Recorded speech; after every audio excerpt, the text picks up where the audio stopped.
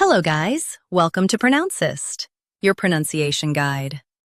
Today we will learn how to pronounce the word shown on the screen, croissant. First, let's hear its American pronunciation, croissant. Croissant. Now, read the syllables of U.S. pronunciation shown on the screen naturally. Croissant. Croissant. Now, let's focus on British pronunciation of this word. Croissant. Croissant. Now, read the syllables of British pronunciation shown on the screen naturally.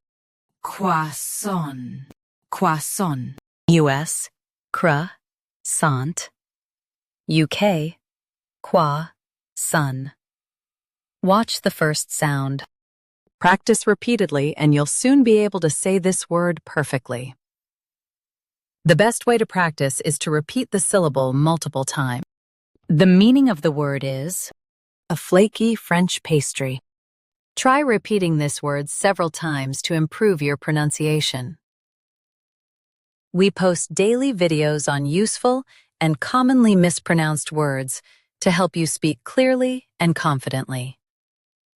Save this video and subscribe to Pronouncist for more pronunciation guides. Thanks for watching us.